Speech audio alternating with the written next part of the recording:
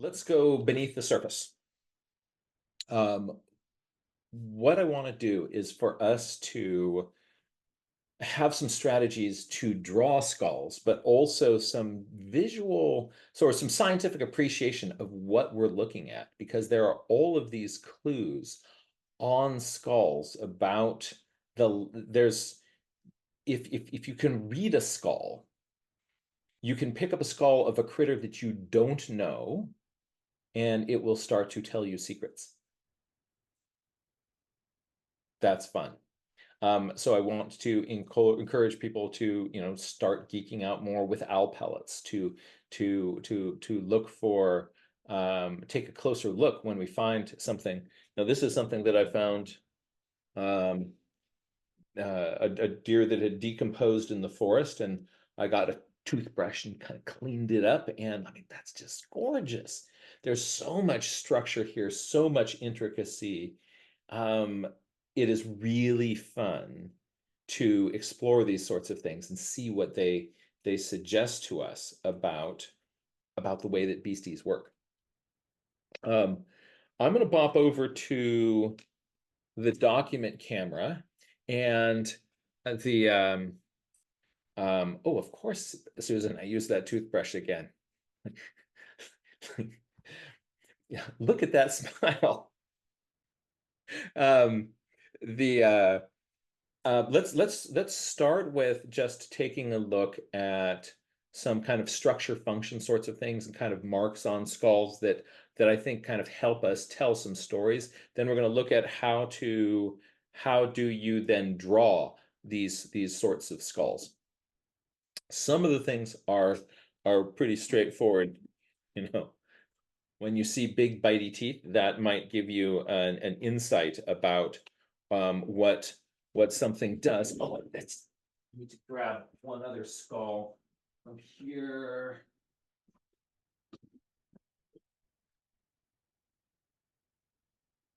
That drawer, that drawer. Ah, ah. Oh, this is gonna be fun. This is gonna be fun. I break for roadkills. Um, Here we go. Let's just take a look at some skulls and sort of see how we can read them. Let's bop over to the document camera here, and I'm going to put this piece of paper aside. We'll be drawing them in a moment, but I think it's fun to just look at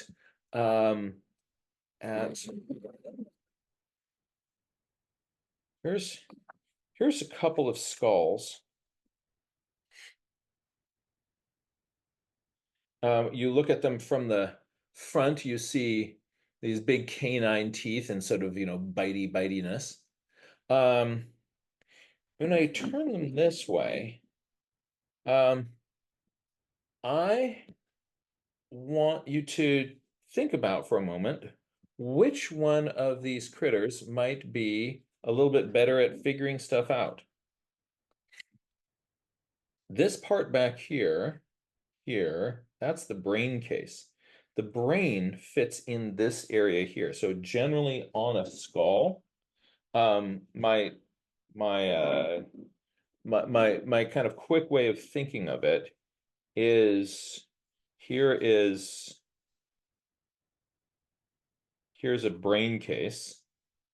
So I'm just going to draw myself a little sphere here. And what we're going to do is we're going to attach onto this brain case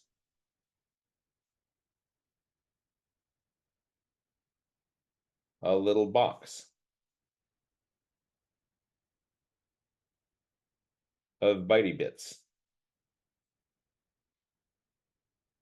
And on some species, that bitey bits box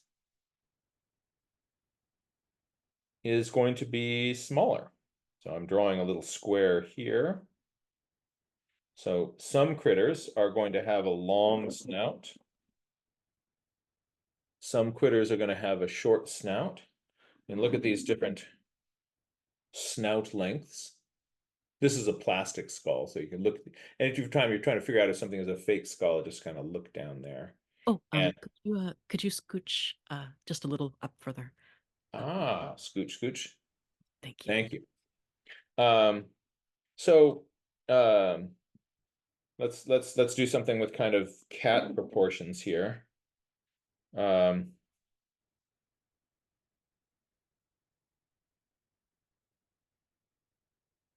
I'm just sort of drawing a little cube onto the face of my my brain case. But generally, we've got is the brain case with us with a rostrum stuck onto the side of it. So this general framing here really useful in initially kind of blocking out how you're going to think about your skull.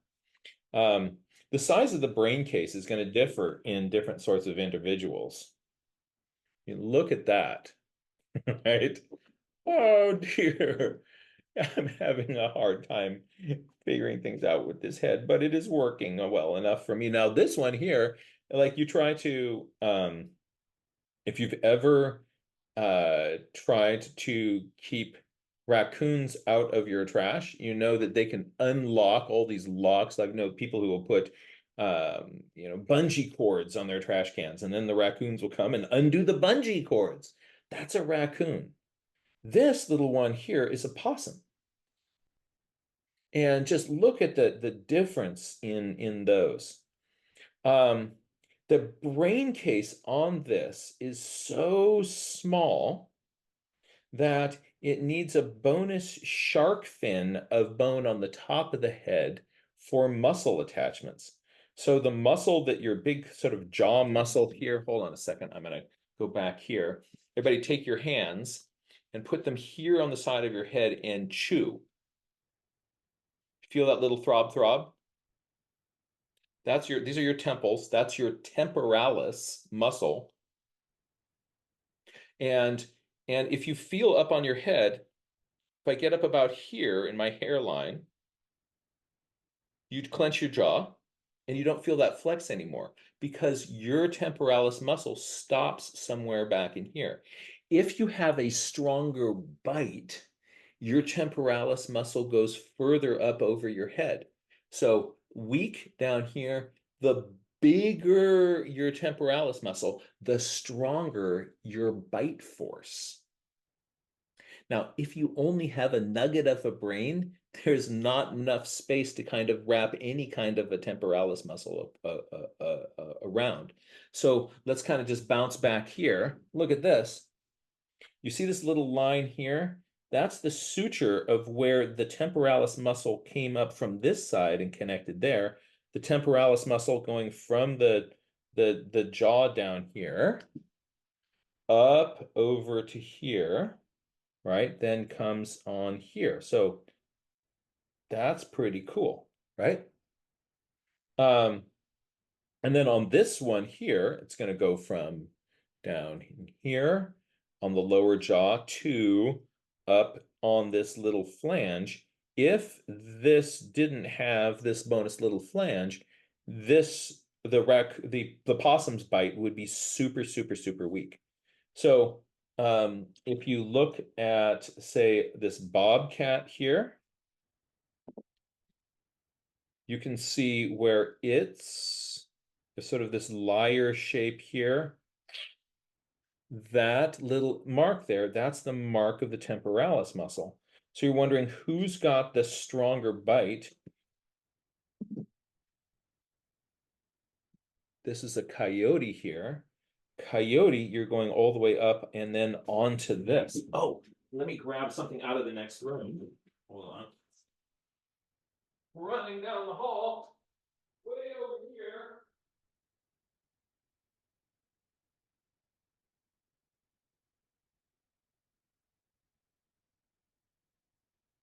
Coming back with something cool. Um, all right, yeah, check this out. Ah! Right, if so here's a cast of a saber-toothed tiger. Look at so big brain case here. But look at this extra bonus little ridge. Like here, a small ridge. Here, a big ridge that's called a sagittal crest, right? And the bigger your sagittal crest, especially if it's wrapping around a big skull, then your bite is going to be nom nom strong, right? And so if you then look at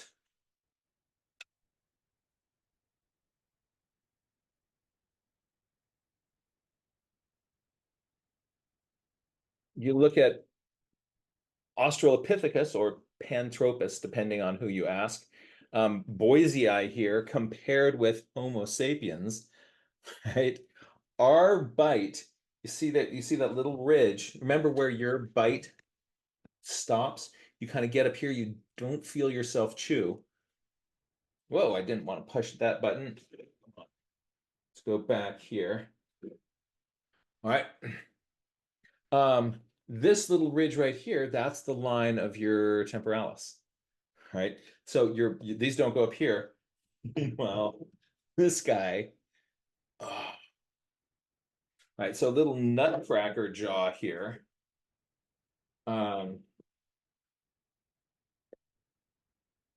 Wow, right? That's gonna be bite force. Um, and then a lower jaw that you could gnaw a whole bunch of stuff very effectively. The gorilla has a really big shark fin sticking up there. Think of anything with a big bite. Hyena? Actually, we have a question. Yes. What about crocodile? A crocodile is a really cool thing. Their muscle attachment is a totally different system. And so they don't have you're not going to be seeing, I think a bunch of that muscle kind of goes in when you're seeing, looking at the skull of the crocodile. I don't remember them having I think their reptile sort of chew system is going to be slightly different than this. All right. Um, so that's fun. So that's just thinking about the brain case here, the cranium. Um, and um, so you want to think of how how much room do you have in here for a brain? And then also you've got clues to your bite force. Again, you're seeing bite force clues here, and also your brain clues are really, really fun. Now let's kind of go into that rostrum. The size that here's the way I think about the rostrum is in terms of cooling systems. If you breathe in, as a matter of fact, let's just take a little mindful breath. Let's take 3 mindful breaths and feel this air come in.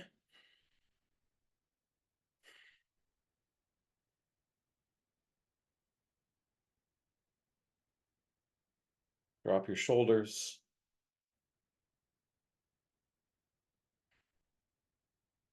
Breathe in through your nose as you do. The air, if you're in a dry climate, as it comes into all those mucous membranes in your nose, let's kind of look up the nose of this one. You see all those little nasal turbinates in there. Those little nasal turbinates attach to all these little mucous membranes, and um, those mucous membranes humidify and cool, or humidify and warm up if you're in a warm place. The air as it's coming in. So then when it hits your lungs, you're not hitting your lungs with either really cold, really hot, really dry air. And so if you're going to kind of sit and wait and then surprise something, did I surprise you? No. So if you're going to do that, you don't need to be really, really running. If you are taking a short sprint, it's also not as much of an issue. But if you are going to be a courser, So coursing is running. And so like if you're going to be attacked by say a mountain lion, you're walking along and bam, there's a mountain lion there. And so the mountain lion, when they're taking out a deer, they're going to lie in wait, and then there's the deer, bam, they're on the deer. So with a wolf, what the wolf does is there's no surprise going on here. As a matter of fact, it's to their benefit not to surprise anybody. So they'll be out there, they'll be howling, woo, woo, woo, woo, woo, woo, woo, woo, and then they start kind of running towards woo, woo, woo, woo, towards where all the deer are. And the deer are going like, or the elk are going like, here come the wolves. All right, we better start running. And so all the strong ones start running away, and then the weaker ones, they're having a harder time with it. And those are going to be the ones that the wolves catch. So the wolves actually want you to kind of run a little bit so they can say, like, oh, you're weak. We're going to go for you because you're going to be easier. But if you're doing that, you're going to be doing a lot of breathing. You're running the marathon. So the rostrum is the nosy bits, right? So the longer your nose, the more sort of zone of nasal turbinates you're going to have. So if you're doing sort of long running, and then you want a longer rostrum. So again, the rostrum is giving you clues about what's going on, and we haven't even opened the mouth yet, right? Let's do that now, though, because we're going to open the mouth and we're going to look at the teeth. And the teeth are going to tell us tons of interesting stuff about what is going on. And the general idea we're going to look at first at a raccoon mouth, which is sort of a generic multi-purpose mouth. And you're going to see that the tooth structures, you're going to have basically the same skull. You can lose teeth in some cases that you're not using, but there are these different jobs that the teeth have. And once you're aware of what those jobs are, then you can pick up a skull and kind of like, oh, this is what you do with your teeth. So let's start looking at Rocky's mouth here. And do. Right? So raccoon here, I'm going to open up the jaw, and I've lost a couple of teeth back here. Right? But what you're seeing here are grinding teeth. See these big back teeth here? Those are grinding teeth. And so I have grinding teeth back here on my molars. And so you've got molars, premolars, canines, and these ones in front are called incisors. Think incision, cutting. The job of these back ones, actually, let's start with what you're going to do with your food. If you're going to possibly grab something that is moving, you want to get grabbers, right? This is a canine tooth, right? If you kind of feel in your own mouth, yeah, you got your vampire teeth. You may have friends where they have one tooth that is sticking down on the side here that is longer, right? Those are your little vampire teeth. Those are your canine teeth. And all right, those are good for grabbing and making something that is slippery not be able to slip away from you. And so poke, hold, grab, think canine. If you're eating, I don't know, a tree, you're not going to worry about it getting away from you, right? Or if you're, say, a mouse and you're going to be like, I'm going to be nibbling this little seed here. You're a squirrel nibbling on some seed.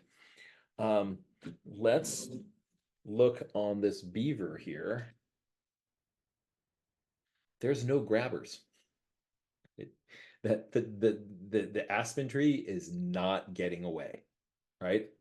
So they don't have to worry about those grabbers. They've been totally lost. So I'm going to grab, and then I'm going to cut off some parts of what I grab. And your cutters, those are your front teeth, your incisors. So if you make an incision in a piece of paper, an incision in surgery, that's to cut into. You want to think of the incisors as your cutting teeth. So I've got on rodents, so we've got 4 incisors there, right? But on rodents, you've lost some of those incisors. You just have your big front ones, right? And those are for cutting off little bits of bark or chewing into the tree. If we look on this character here are our cutters. So grabbers, cutters, grabber canine, cutter, those are your incisors. Right? And then going further back in your mouth, you have your premolars and your molars. And so the on my little raccoon here, I have my premolars. They have 1 or 2 kind of lobes on the bottom to hold them on. My molars here have 3. You can see where I've lost some. And so I've got my chewing teeth, and the premolars can sometimes do a little bit of cutting. Let's just look at some premolars and molars in a few other critters. And when you get back to those molars, that's where you're going to be really doing your chewing. So the premolars can do some cutting. You get back to those molars, you're going to be doing more chewing. Let's take a look at chewers and cutters back there in the mouth.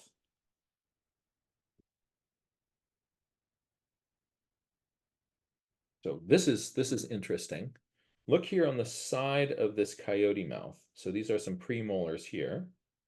Then we get back to our molars here, and this, when I look at it here, you can see these back ones, really nice for chew, chew, chew, chew, chew. But look at this one here. Look at these ones here. See those? This is really cool. These ones are shaped like a little blade edge. Those are cutting teeth called carnassial teeth. And if you look, there's a big cutting one on the bottom that's skinny, sharp edge. And they slide right next to each other like scissors, these ones right here, for chopping up pieces of meat. You can see the same thing here on, all right, look at this here on this cat skull, right? I have this cutting edge one here. Here's my carnassial tooth. We're not going to be chewing anything. We're just going to cut meat and then swallow it.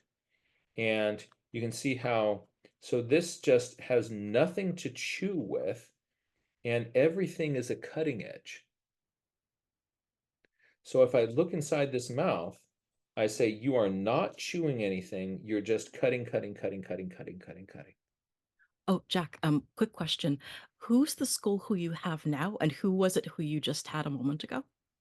All right, so this is coyote. This is a bobcat. Awesome. Thank you. But if you get to, say, a raccoon, raccoons have cutting, holding, and then chewing teeth back here. The coyote, the raccoon has a much more sort of multi-purpose job. Think about the diet of a bobcat: meat, meat, meat, meat, meat, meat, meat.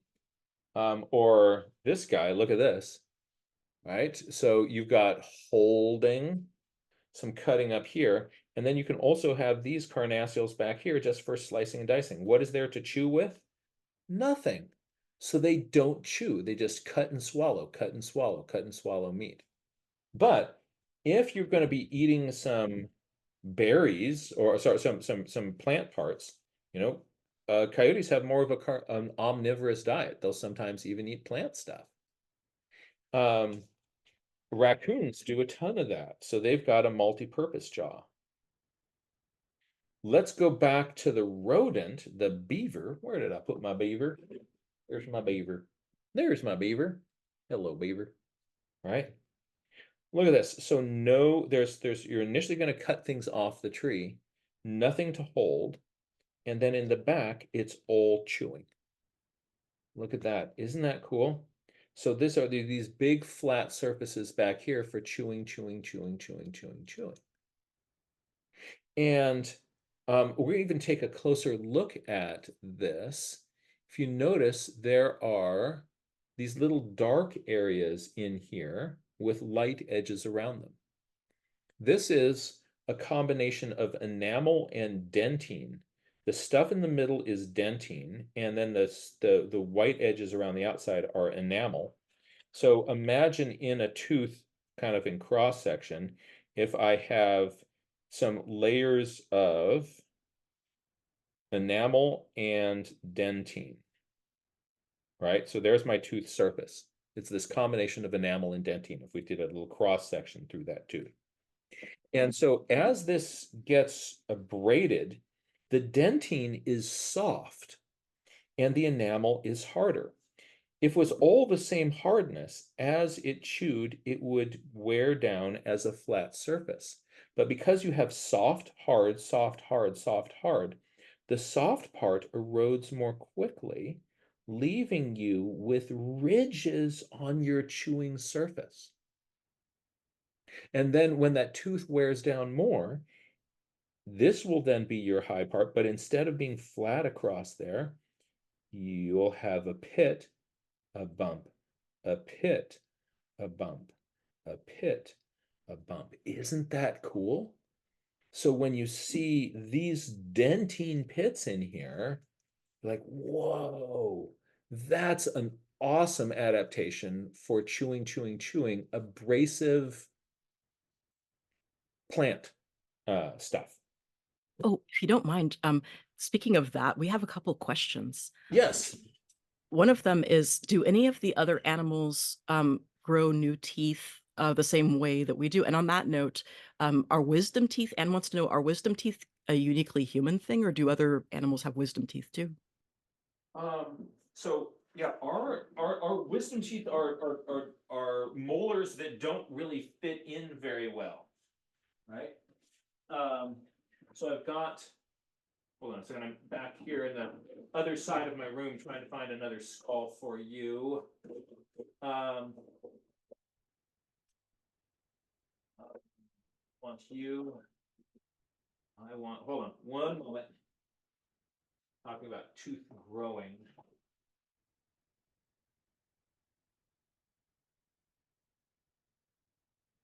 Um, so yeah, our teeth, um, where is that?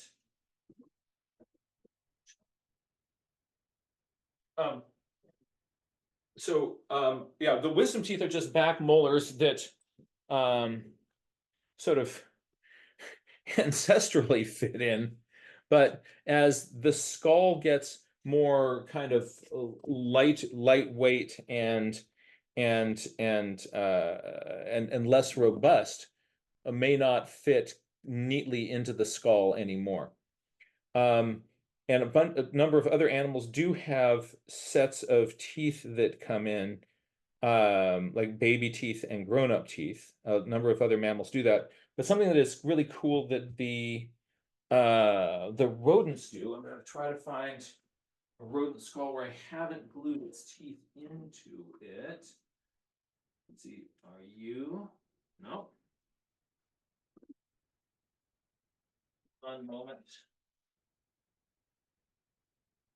Aha. All right, this will work. But check this out. Um, so here's a porcupine skull. Chew, chew, chew on front. You see a big space here where no grabbers, and then chewing teeth back here so you can understand I'm not catching meat. I'm kind of trimming off some tree bark and chewing on that. But you can imagine that that would really wear down your teeth. And after a while, you've got no teeth. So if you are a rodent, So that could be a beaver, it could be a porcupine, it could be a muskrat like this one here. The tooth continuously grows, watch this tooth, throughout the life of the animal and curves down and grows and grows. So this is all its tooth embedded in the head, and it continuously grows out as it is worn down. Let's see if I can put it back in there. Get it all the way back in. There you go. And the same thing down here. These teeth here, right? This lower jaw, this lower incisor here, goes all the way back up in here, and it, as here we are pulling this out, as the animal gets older, this continues to grow as it's worn down. So if you've ever had, say, a pet gerbil or something like that, you need to give it a nibble ball so they have something to wear their teeth down on. And that is pretty cool. So what we've got here is teeth that tell you a ton about the beastie.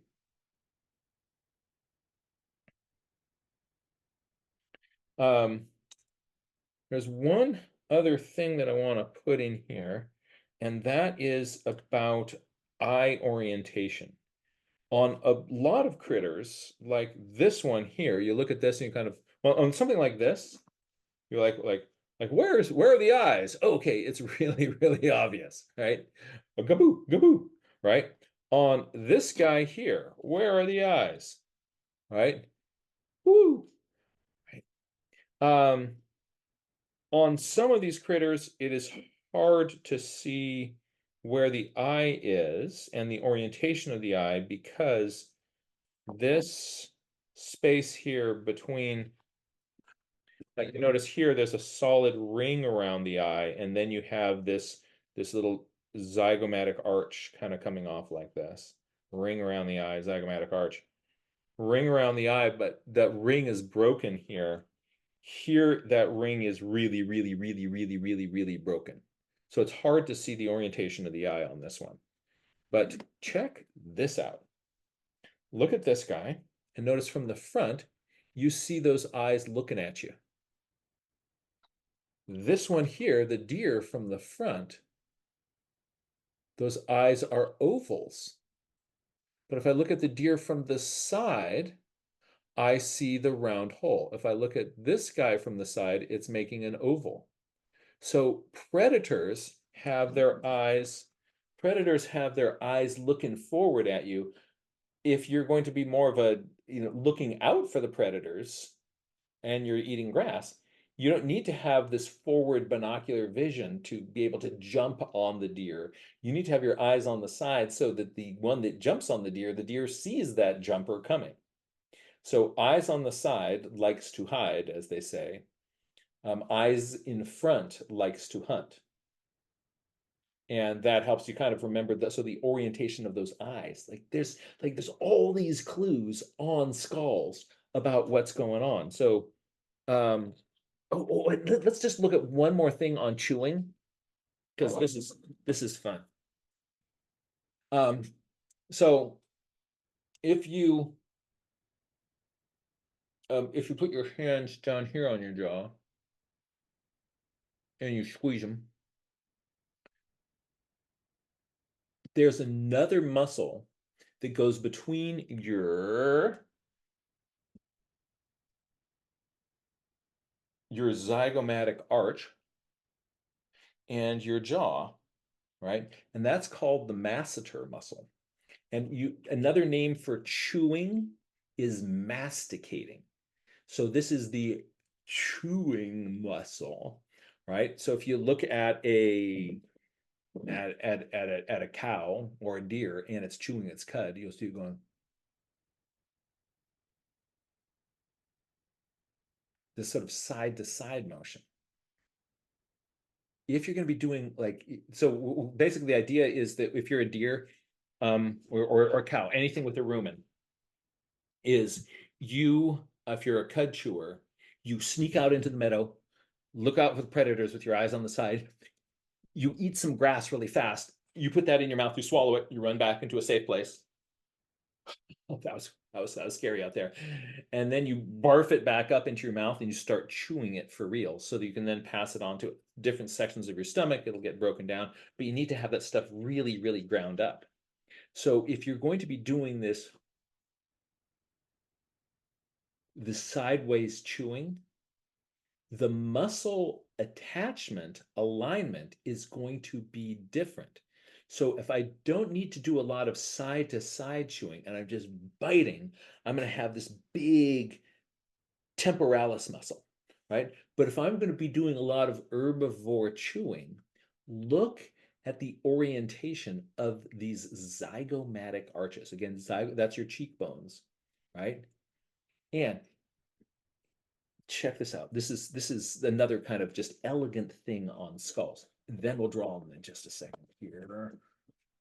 Boop, boop, boop, boop, boop. Oh yeah. So let's look at cat.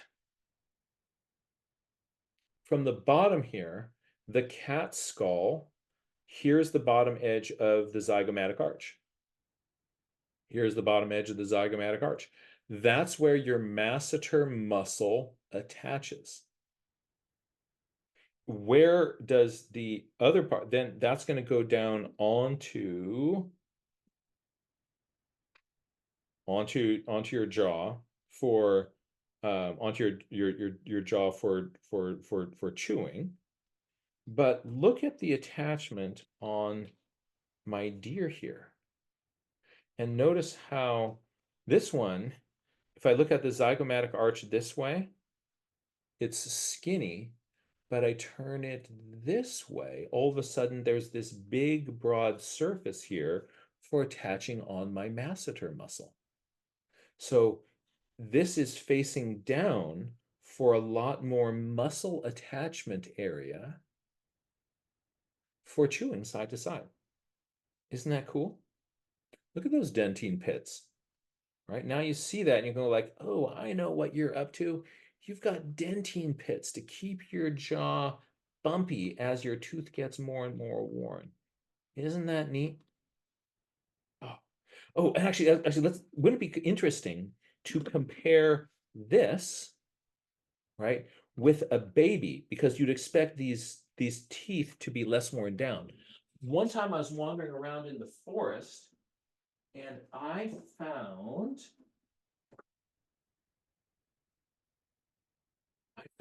this.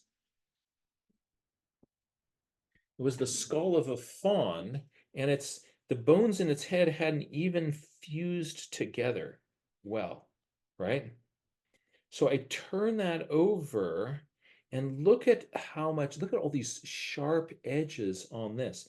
It hasn't had time to wear down at all. Isn't that amazing? Look at that. Look at that. So cool. And then that gets worn down. So you can actually tell the kind of relative age of a deer or an elk by how worn down those are. And look at this one. This one just hasn't done a lot of chewing. It's all bumpy, right? So there's just all these stories in these bones. So as you are looking at them, what you want to do is make yourself get curious about what you are seeing there. Get yourself curious about these structures. Let's take one of these now and draw it, right? And we're going to take a quick poll. Go for one of the smaller ones, bobcat, possum, raccoon, beaver. Actually, let's not do the porcupine because there's a porcupine demonstration of kind of drawing a skull in my How to Teach Nature Journaling book, and you can also have a version of that for free online. But what are those other ones? Let me know which one you'd like to see. and we will do that one as our little demo. What were the choices again? Sorry, just to double check. What were the choices again? um, so, um, so Philip is asking, what do I do to make it germ free? So what I do is I let the bacteria and all the beasties nibble it as much as they can, right? Then I get in there, and if there's meat attached to it, I will sometimes boil it and boil off a few pieces of meat, and then get in there with my toothbrush, kind of clean it. At the very end, I drop it into ammonia, and that's going to kill any bacteria on it and also kind of degrease it. And then I can put it on my shelf. I can safely hold it and eat my sandwich at the same time. So it has been, any bacteria on there have been killed by the ammonia. On some of these, like some of the ones that are very, very white, what I used to do is to bleach them also. But then I discovered I would leave some too long in the bleach, and the bleach would eat the bone away. So you may bleach it very, very shortly and kind of try to whiten it up a little bit, but be super careful with that because I've had the bleach completely nom nom nom my skull away. Um, so that is oh and, and oh, just a little kind of a side note on biling your skulls. I mean, this is a little bit, you got to be careful with this for several reasons, because some people look at that as like being kind of Hannibal Lecter and get really, really creeped out by, like, I'm boiling my skulls in my stew pot. It's it takes kind of a certain type to kind of get into this, but um when I was a little guy and starting to get into this, my mom didn't want me boiling my skulls with her stew pots, right? I can reason. And so what I did is I got a number 10 tin can, and I would put the skulls in that, and I would boil those on the stove. Don't do that. The more you do it, the more it weakens the weld on the bottom of the number 10 tin can. And one day, when this thing was just boiling away, and I was like, gonna just sort of let this kind of skull get all soft, then I could clean it up. All of a sudden, the weld on the bottom of one of these cans catastrophically failed. All the water slooshes out into the stove. You know how the stove has all these holes in the top surface of it, right? And then there's more stuff underneath that. Imagine Jack's skull juice thing, right? Then washing down into the stove. Don't do that, right? Get yourself an old stew pot from Goodwill or something like that and dedicate that to boiling your skulls in. Don't do it in a number 10 can on your parents' stove, or you're going to have a lot of explaining to do, and you're going to be responsible for trying to, how do you clean all of Jack's skull goop out of your stove. But sometimes you just walk down in the woods and, like, you look down, like, bam, there's the skull. You'll start looking in owl pellets. In desert areas, you walk along under cliff edges. Make sure, if you're doing any collection, that you're doing in a place that's legal to do. Don't collect these in national parks. Don't collect these in any protected areas. Right. Also, if you're going to be looking at any protected species, the parts of those are protected as well. In the foreseeable future, we're going to get I'm going to bring in somebody from Department of Wildlife who can talk to us about all the laws about collecting little bits and pieces of things, and that should be really fun. So more on that at another time, but we want to make sure that when we're doing this, we're doing it ethically. So I don't take skulls from any critters who are already alive. They need them. And and don't collect in areas that where you don't have legal permission to collect things. So let's go now to drawing. So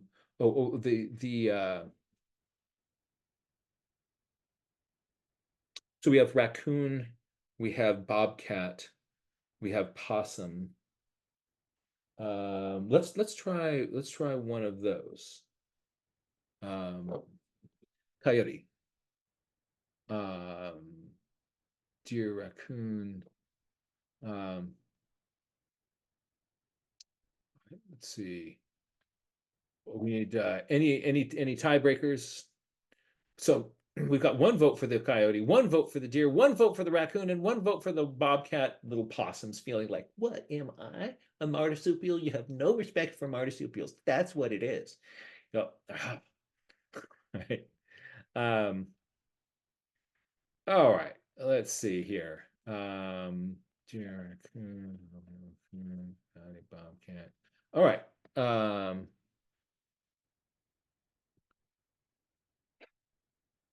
Hey, let's take a look at this little raccoon skull and see what we can make of that.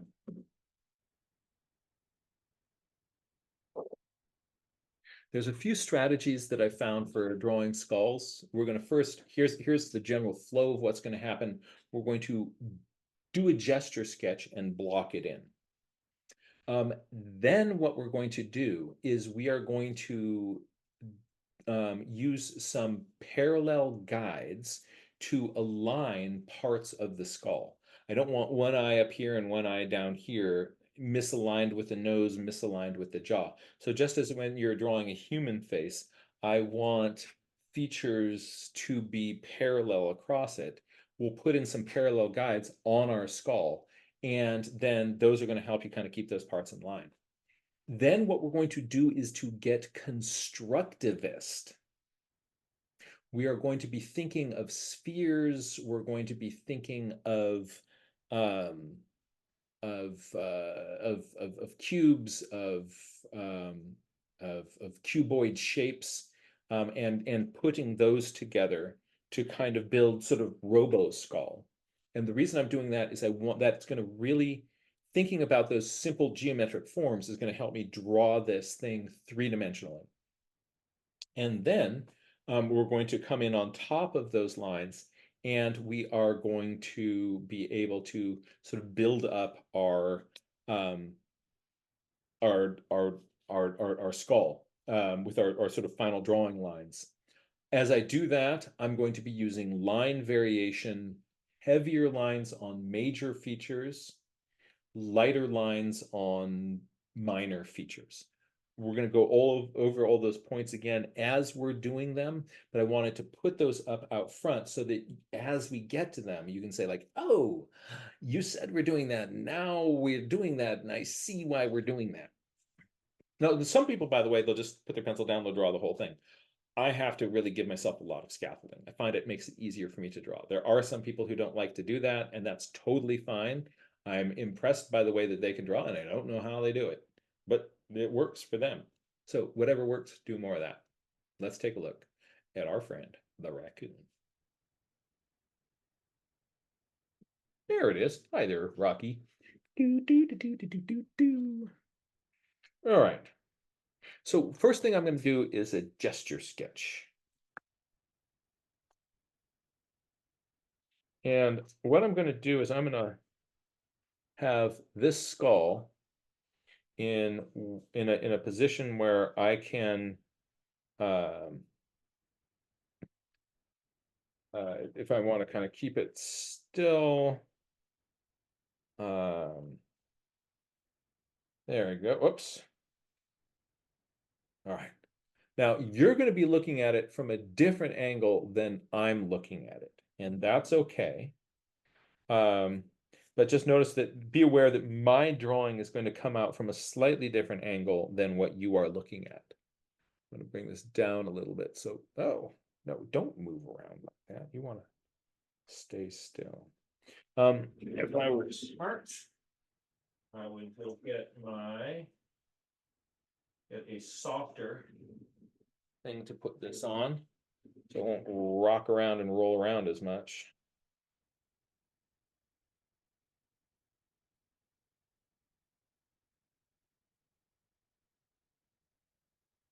get a little angle here. What angle? There. There we go.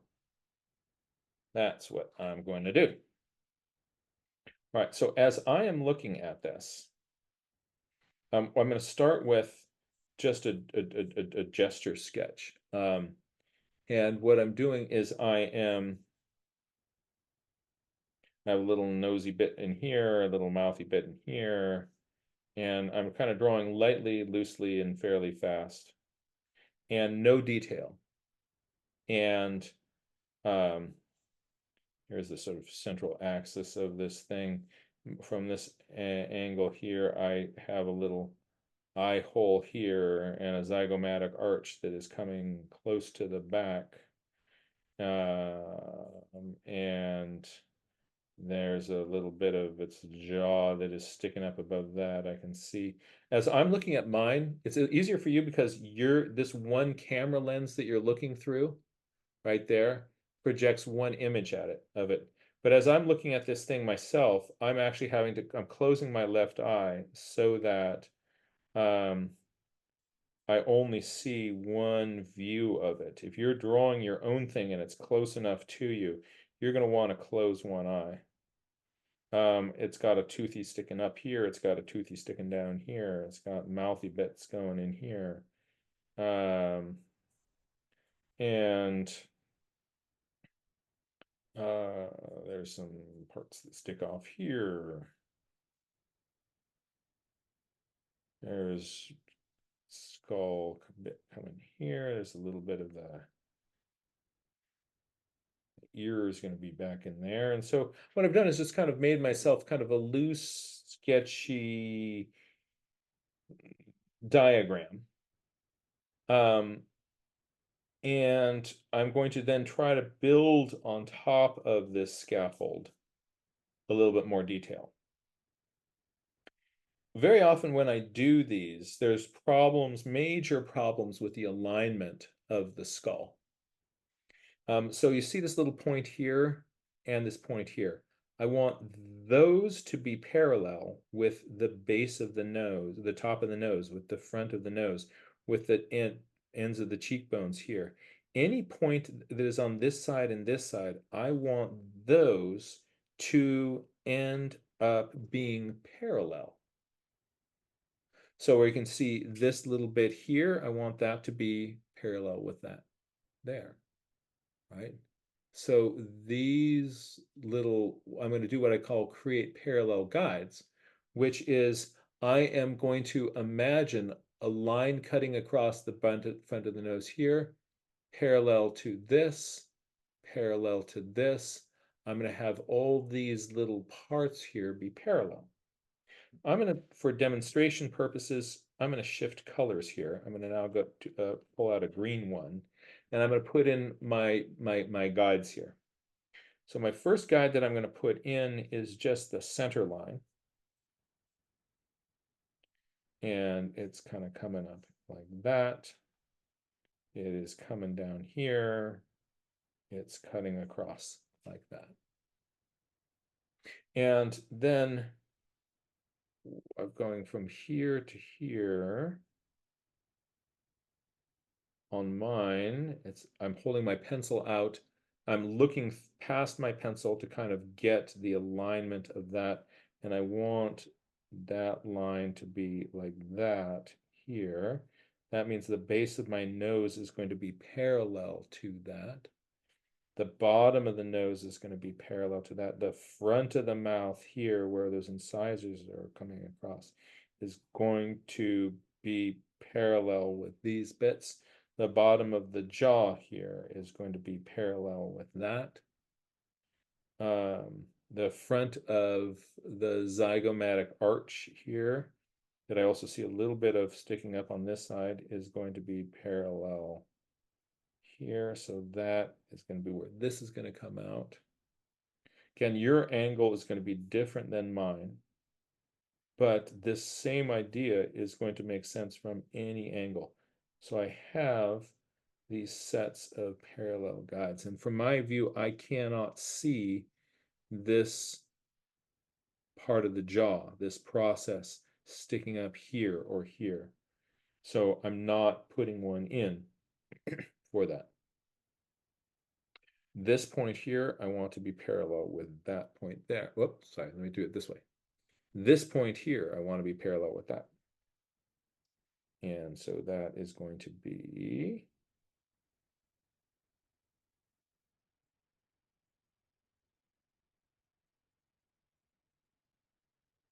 all right. So now I've got a bunch of these parallel guides. Now I am going to get cubist. So with each of these steps, I first did a gesture sketch. I put in my parallel guides. Now I am going to construct essentially these sorts of things. Think of this brain case as a sphere. I'm going to think of this little nosy bit sticking out here as the as an angular form. And so here is my top part. And I'm going to over exaggerate the angles of the angularity of this.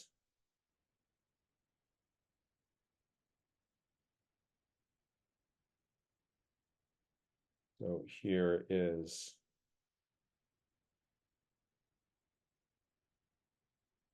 a three-dimensional shape.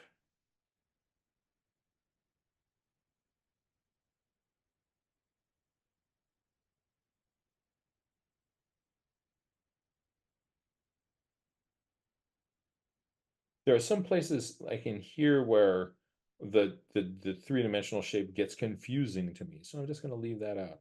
This part here I want to think of as as a ball. I'm going to kind of ball that in. I really want that to be my head. I want that to be rounded, and I'm going to put in just a few little contour lines across that so that my head continues to see that part as rounded.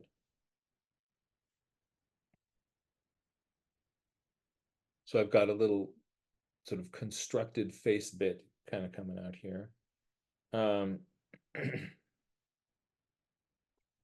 And doing that for this whole zygomatic arch that I'm seeing here will be, hold on, I'm going to sneeze.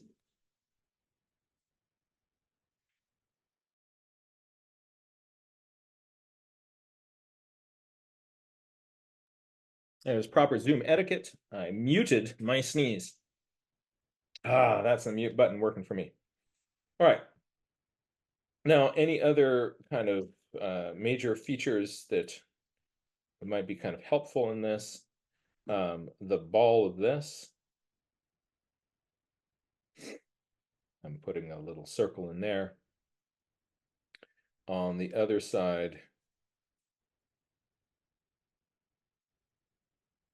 I have that. Okay, I think I've got enough little bits, enough kind of guidelines that I can work with this. Now, what I'm going to do is I am going to start drawing my regular drawing over the top of this. I'm going to start with major structures. And also where things overlap, I'm going to draw the ones that are closest to me first, so that the one that is behind them gets tucked in behind part of my drawing. Right? And so major structures, focusing on major structures, an overlap, I'm doing the one that's closest to me. I want things, generally speaking, things that are closer to me or are parts of major structures, I'm going to use heavier lines on those things. Later on, I'm going to go back and do kind of come over this with a little bit of lighter line work, putting in some of these cracks and other details. All right. Now I'm going to start here on this side of the nose that is pointing towards me, and it comes over, it comes down, and then swings in. On the other side, keeping these things parallel, I am drawing a little bit of my nostril hole, and then I'm letting that line sort of stop here, just sort of pause for a second, check this out. As I come around the other side, so this is the inside of my nostril, but as I get down into this area here, that becomes an edge that is not as clear to me because it's fanning out over this big area of just bone here. So then I'm going to come around with the other side.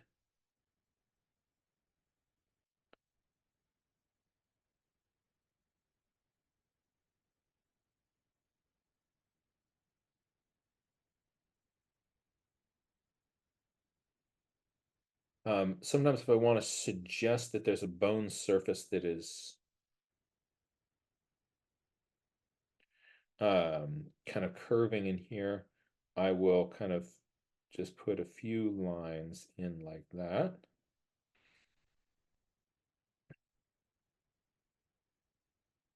And there I go. I've got all of these bitey teeth in here. What am I going to do with those? I'm going Oh, to do the ones that are on the front first. So I'm sorry, going to Jack. draw. Could you raise up just a little bit with your drawing? Ah, Yeah. there we go. Thank you. So this little tooth that is right here, that one there, because from my angle, it's overlapping this tooth, I am going to do that one first. And I'm going to draw a line around the base of it. And then I'm going to draw my tooth kind of dropping down into that. So a little well.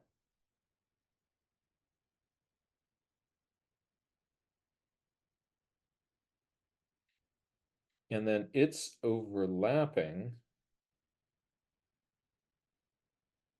part of this tooth that is broken off.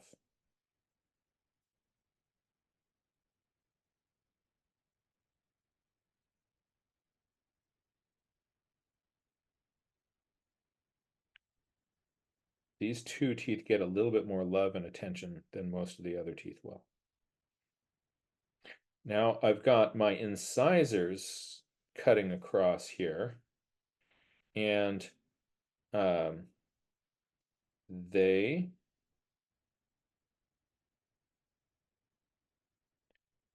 one, two, three, one, two, three, and then it'll be one, two, three on the other side. I'm missing a tooth in there. So there's a big one, and then two smaller. And I'm just going to sort of so as I'm going further away on these teeth, I am being a little bit less, kind of less defining on them until we get to this other one here.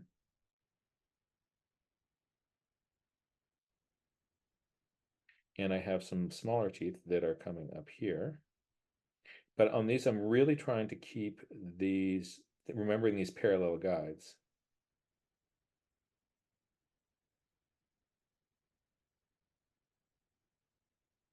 Oh,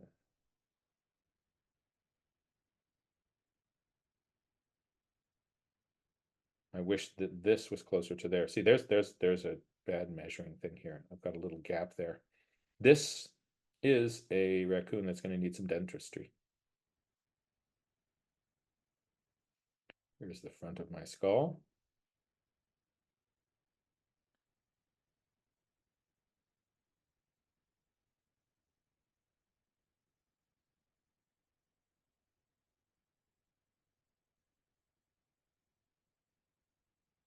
going back along here.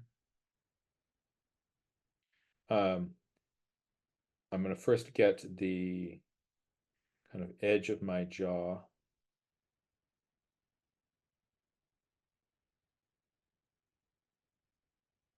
And I'm going to avoid putting too much detail into these teeth because I don't want them to pop out too much. I have my lower teeth down here.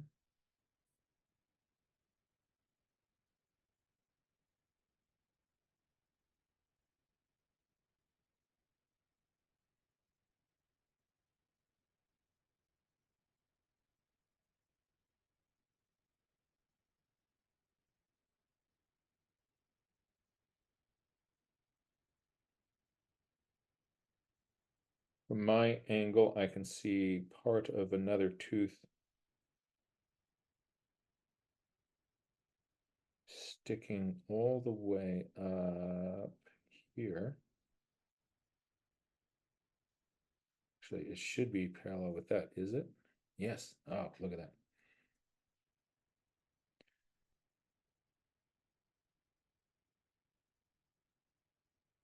And I've got another down there. Now this I'm going to make a heavy line because it's going to be kind of working around the edge of this sort of major form.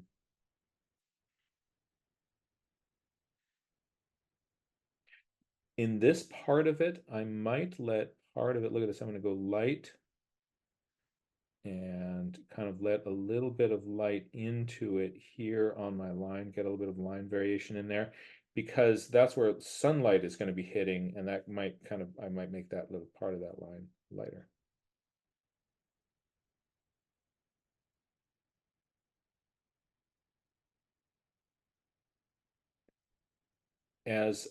This part of this line is not as, once I kind of this edge I want to be really crisp and clear, a little bit lighter in there, so a little bit lighter in here. And then as I come down on this, I'm going to go heavy with my line work. I've got a little part in here where we're sort of seeing over the top of this.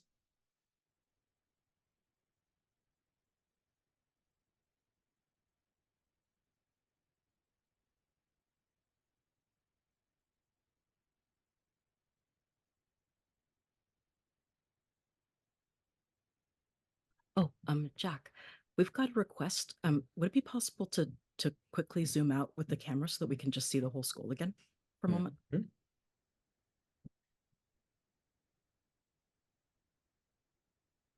Awesome. Thank you. This zygomatic arch wants heavier line treatment because it's so much in front of these other things, and I need to pull it forward. So I'm going to really give it a lot of love. So punching this line here, and that's going to pull my zygomatic arch towards me. Right?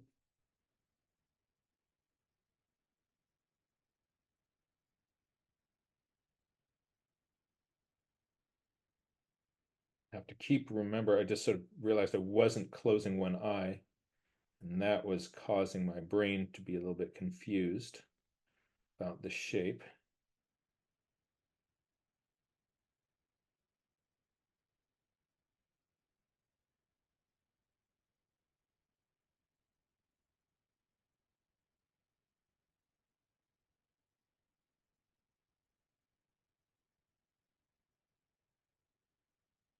This is where I want Dr. Jen to be here to sort of tell me like what are the functions of all the little different bits and parts of this lower jaw. We'll play with her another time.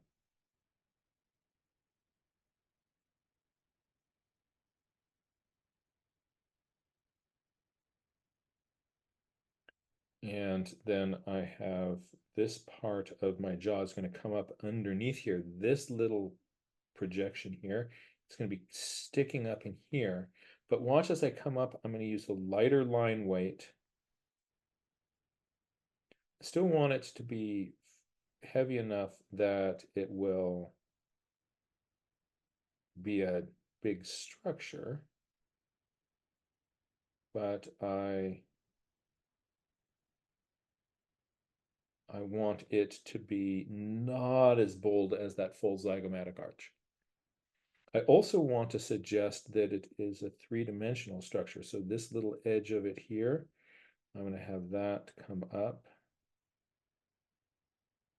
And then my line is going to fade out here with a few dots, kind of along the edge of that.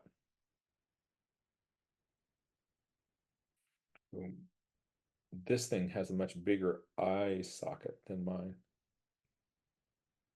Look at that. Big, small, big, small.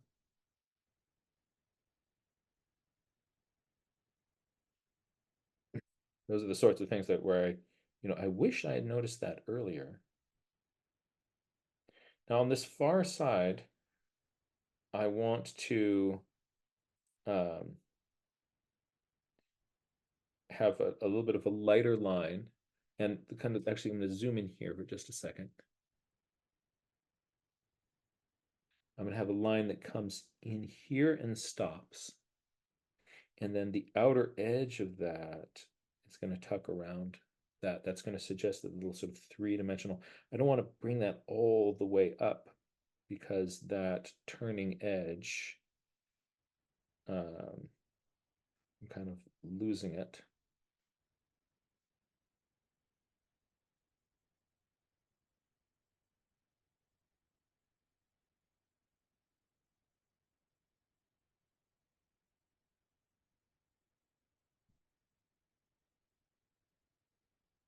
Now I'm going to back out so you can see the full skull again.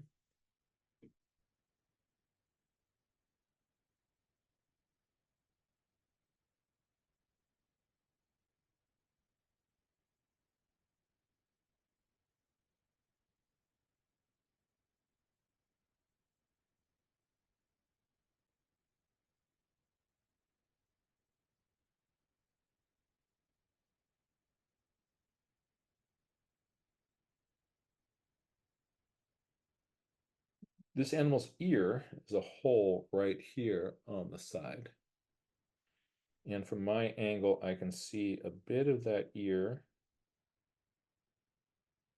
coming in there.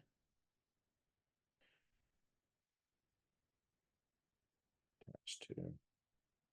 I want Dr. Jen to teach me, like, what is this process sticking out here?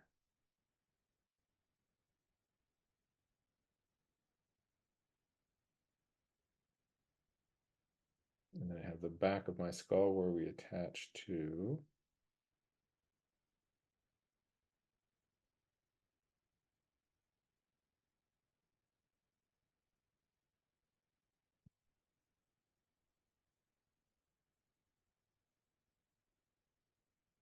Now I'm going to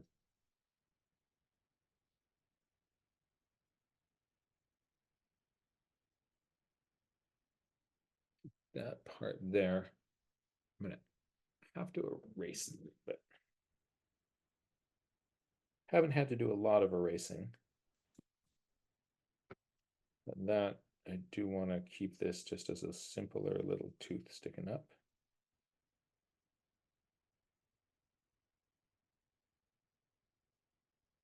All right.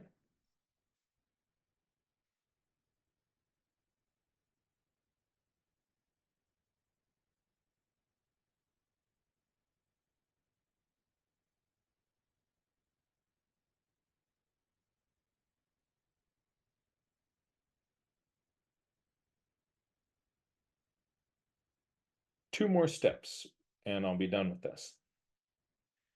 The first is I'm going to suggest volume. And I could do that using several different techniques. One is I could do it with light and shadow. I could also do that with line work. Ray Bonto, which do you prefer? So drop into the chat whether you would like uh, to see a sort of volume demo with line work or volume demo with value. Um, probably value. Value it is. All right. I am going to use one gray pen. And I'm going to use that to just sort of show where it is dark and where it is light. The most important thing about this is for me to have established on this, my real object has natural light coming across it, which has good shadows. If you're doing this at home in a studio, get your light down low and put it at kind of a glancing angle across the object. And then what you have to decide is for yourself, what is the point on this shadow where you are going to say, it's in shadow here, it's in dark there. Oh, hey, this is cool. Look at that little reflected light right in there. That's light that is hitting this process and bouncing back over there. Oh, that little reflected light in there is so interesting. See, this is a big reflector. Right? So what I'm going to do is I am going to, for myself, just sort of say to myself, like, all right, my light and shadow line in here is going to come like this. It is going to come down. It is going to come up. And then there's a little piece in there. And that means everything inside there gets... Don't just put generic shadows into something. Decide where your light is and where your dark is. Looking at this, on the inside of this piece here, there is darkness, but not all the way to the edge. Right. I see on mine a little bit of darkness right in here. I see on mine, oh, I see a big feature that I missed. This right here. That's why I wanted Dr. Jen. I wanted Dr. Jen to say this little piece right here, that little hole. What is that? What is coming through there? What is the function of that? Oh.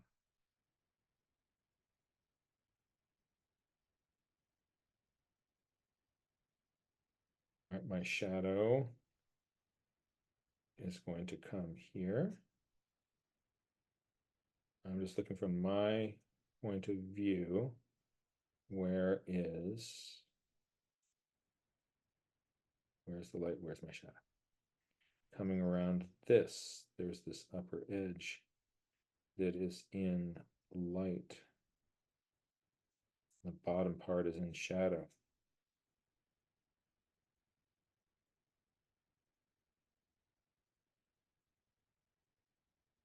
In here,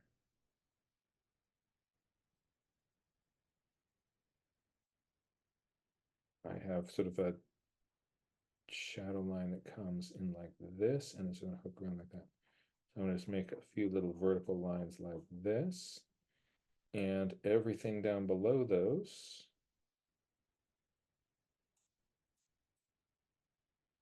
that's shadow.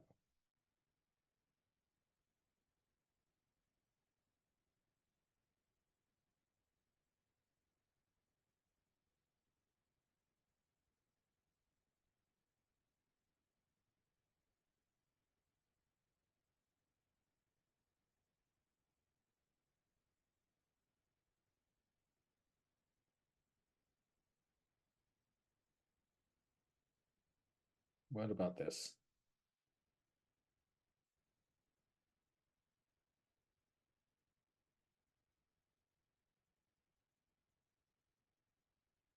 Where is the highlight on the zygomatic arch?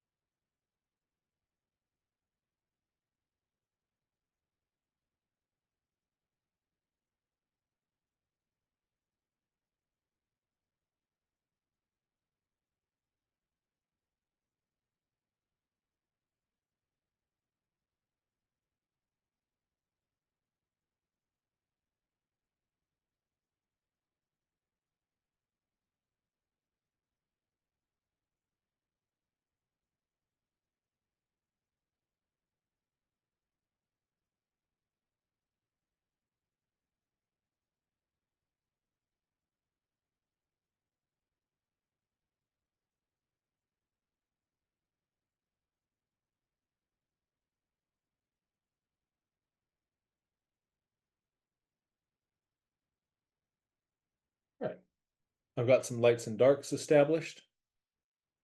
The final thing that I'm going to do is I'm going to add a little bit of detail on this. Actually, maybe I want to strengthen just a few of these lines. I think of this kind of coming along and just kind of crisping up some of these edges.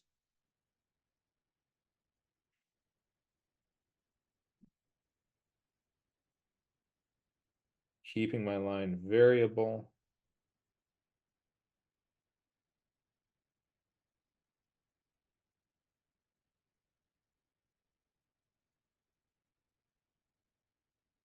There we go.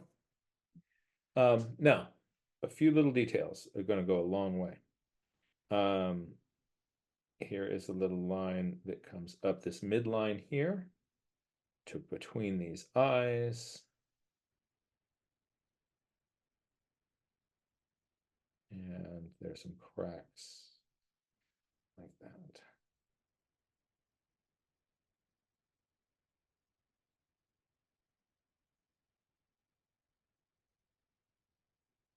I have a crack that's going to come down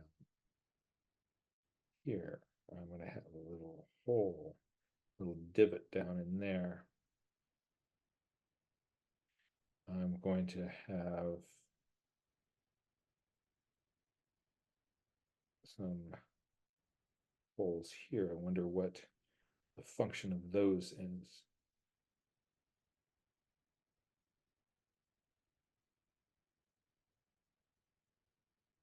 Um,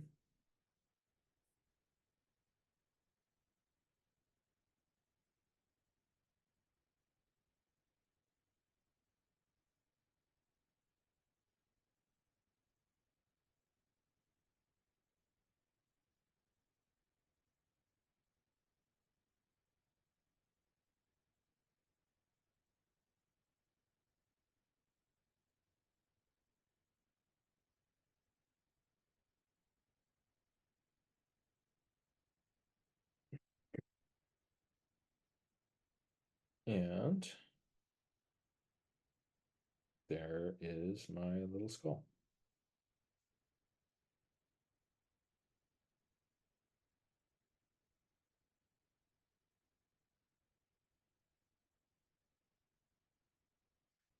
So for this guy, I had several different steps that I took.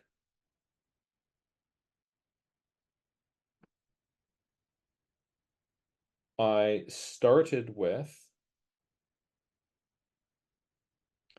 a light gesture sketch that blocked in the whole thing. I then put in some parallel guides that helped me put in a few features. Something that I didn't do would be to stop and check my proportions. That's why I got this eye being too small.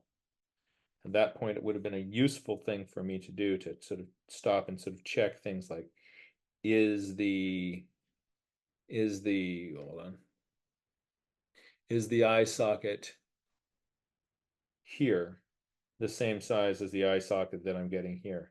You know, compare the length of different sorts of things. Good to check your proportions. And you see that when you don't do that, you get things like this. It kind of looks cool, but is just, you know, this is the little-eyed raccoon, a new subspecies. And then I looked at the geometry of it. So thinking of the skull as making sure that my brain had this as a rounded form here. Making sure that my brain had this as this angular form that was coming in here.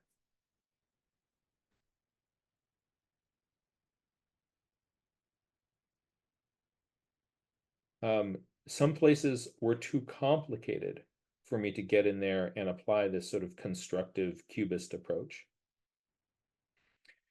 So I didn't apply those sort of three-dimensional thinking lines over all of these surfaces. But as I'm drawing something like this little process that's sticking up, I am still thinking of it as a three-dimensional shape. It has thickness to it. So in my brain, I'm essentially thinking of that as a little box sticking up. This surface here getting shadow, this surface and this surface not getting shadow.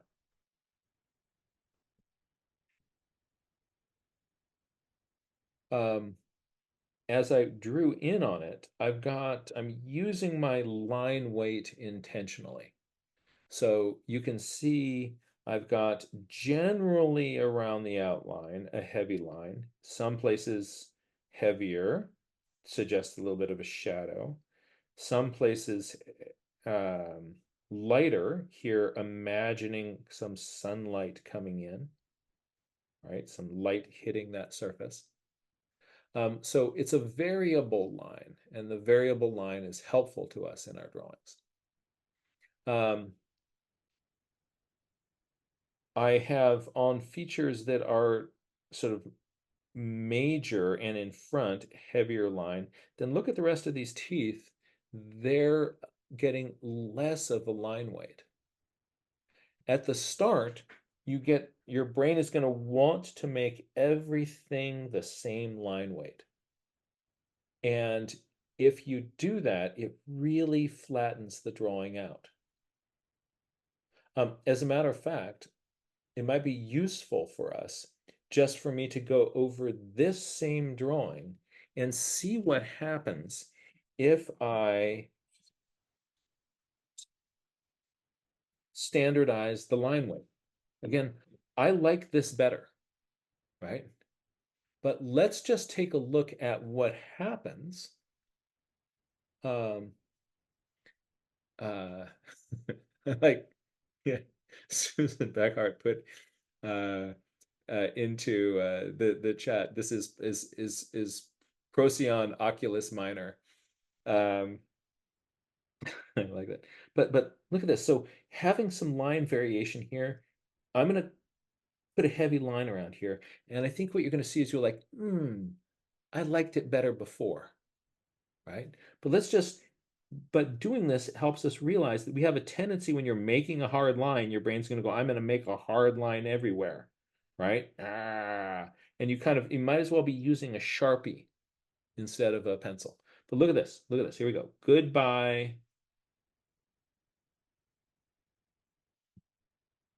Uh, I think I liked it better before. Um, Similarly, look here on the teeth. This one is heavy, especially the side that is closest to you.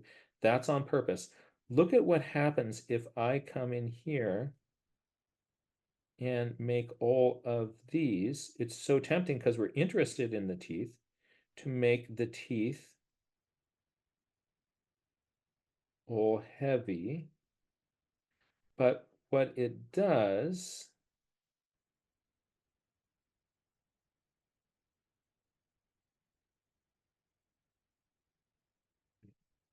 it's it's now flattened.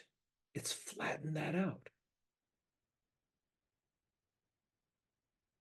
And then look over here, right? We have this heavy in front of this that is lighter. And what that does is visually it puts that guy back there. Now, how's it going to look when I draw over that? It's so tempting just to do everything the same line weight. Now, the hierarchy of space between these is confused. See how this bit here now is popping forward. Because this point here is coming towards me, I actually could use a little bit of a heavier line right in there. I think I like that. Right? But see how that gives this a little bit of dimension. If I come around the back side of it and also make that, And what about here? This edge, my brain, it's clear to see, right? This edge is clear. It's a little bit more ambiguous up in here, right? But your brain's going to have a tendency to want to hit that whole thing with one big hard line. What happens when we do that? It goes from that being left a little bit more ambiguous in there to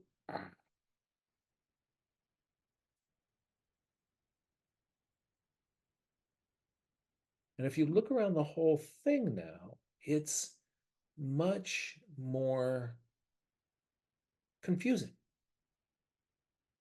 That line variation really helped us establish a hierarchy of what's important. Let's do it with these teeth here. I've got this tooth here as stronger. These ones here suggested less with less detail and lighter line weight, and that pushes them further into the background. Let's come in here and make this all hard. This detail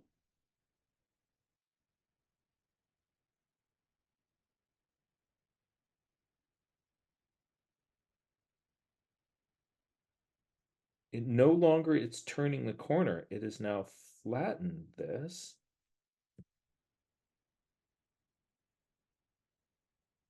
I liked it better before, right? So what you're seeing now is a drawing that is much more visually confusing. That line weight, if I've got something that is in front, that is going to be with heavier lines than that thing that's in back, right? The minute I do this, but what I want to emphasize, it is so tempting when you're drawing to just get in there and just like everybody is bold, right? Then, yeah, then it is harder to understand. And you're doing a strange thing when you're making these drawings. You have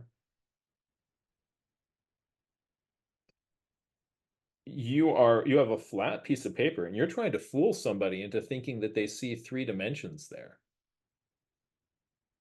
Line weight, or a line that sometimes goes into little dots.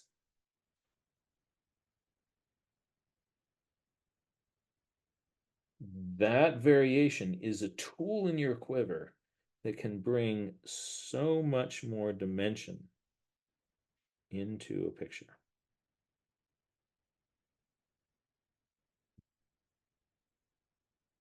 I missed the drawing that was there before, but I really, really like using it as a tool to emphasize how your line weight is this incredible tool that you have at your disposal. And you can really see when we kind of get in there and just nail the whole thing down with that one weight.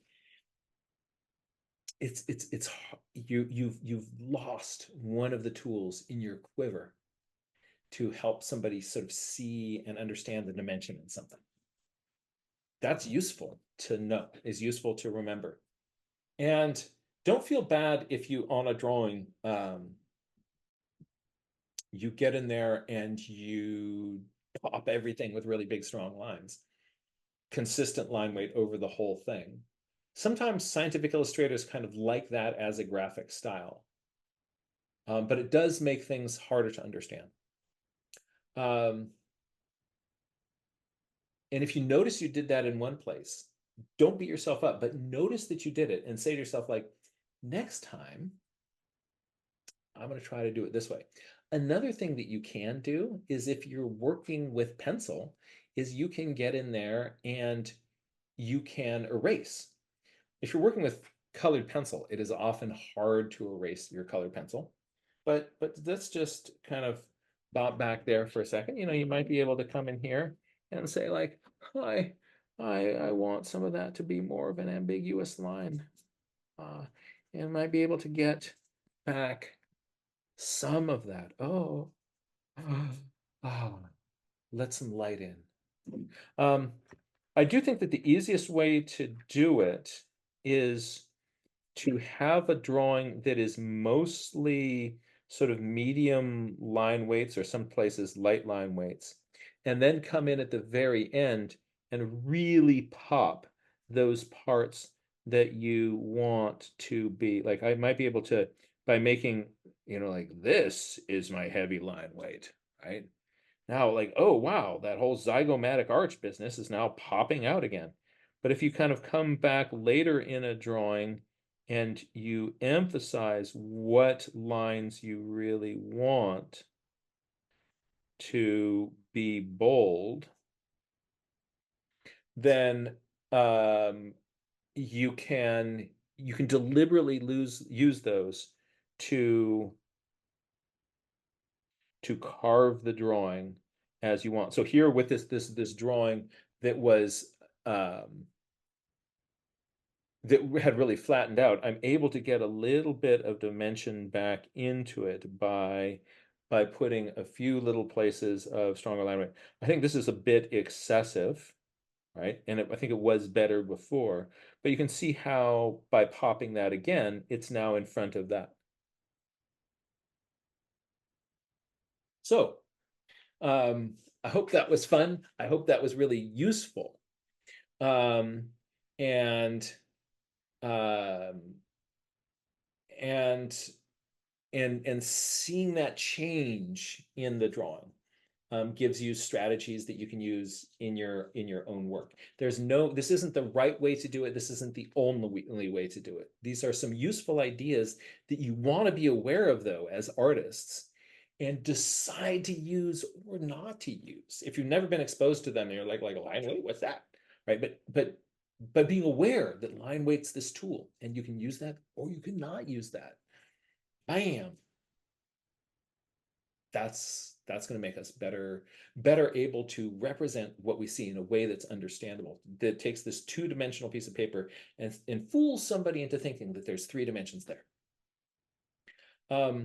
So would love to get any feedback from you. What are your thoughts on this? If there's anybody on the call that wants to um,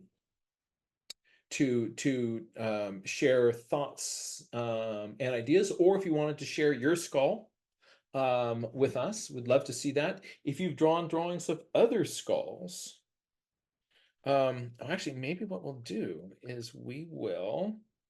I'm gonna. There's a quiz. Yeah, there's a quiz. Let's do a little quiz, and I'm gonna hold up a different skull, and I'm going to just sort of guide you around noticing a few things. Type in the chat, but don't hit send yet, what you know about this animal just by looking at it, right? What can you determine about this little beastie? Let's try that. It'll be fun. Right, hello. And um, right, there's my skull. Interesting, right?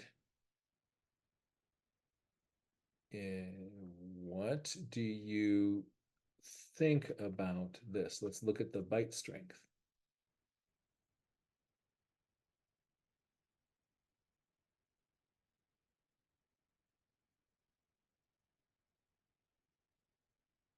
Let's take a close look at the teeth.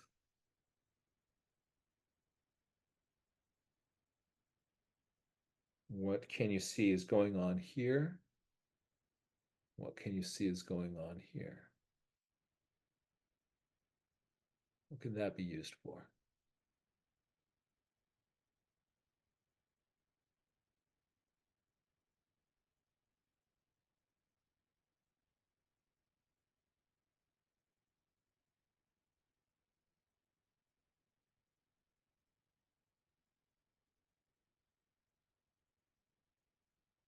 All right, hit send on that chat there. Let's see what you think.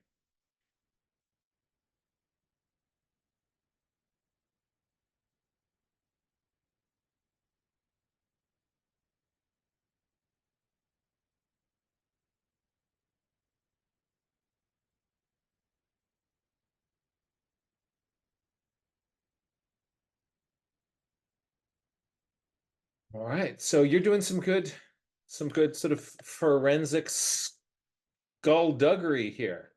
Um, so let's see. We have uh, it's a strong biter chewer, probably carnivore, big canines, small infraorbital foramen, long nose, big flat molars, small incisors, long sharp canines. So omnivore, maybe a possum. Uh, Raimondo says it's an omnivore, big brain, carnivore. I'm thinking maybe a fox, a strong, slow chewing, uh, carnivore, some running, crushing molars. Thought they were the cutting type. Big eyes, big orbital sockets. So check it out. Um, so our little skull here, yeah. So this is something with big eyes. It's nocturnal. It's a beastie that is running around in the night. Yep, with those big ol' eyes. It is doing some chewing and also some meat cutting. So it's got an omnivorous diet. Some running and chasing after what it is doing, but not as much as some are inclined to do. Um, and there is a strong bite force. However, it is not as strong as that. Notice how this makes a U, right? And this makes a Y. Where they all come together, that's stronger temporalis. Here, the temporalis is only wrapping partway up the skull. Um, and it also is kind of fun that makes a letter U for Urocyon, the gray fox. Kind of fun.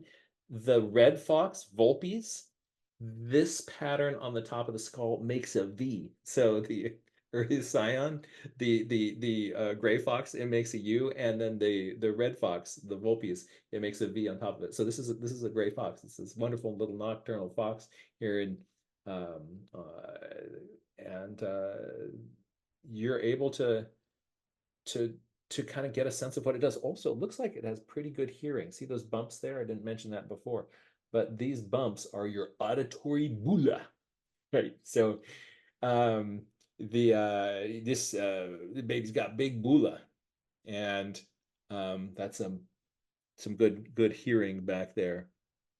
I hope this was useful. Um, any does anybody would anybody like to join our conversation? You can just use the raise hand function and we can find you that way. If you can't find the raise hand function on your thing, then just wave at us. And let's start with dear friend, the mad botanist. Evea, you are live. Hello. Out of curiosity, I was looking up your question about what those little holes were in the raccoon. Oh yeah, So cool. those are what, at least according to Mr. Elbrock here, those are what are called infraorbital foramen, or foramina if you want plurals. So that's what those are, is infraorbital foramen. Those little holes here.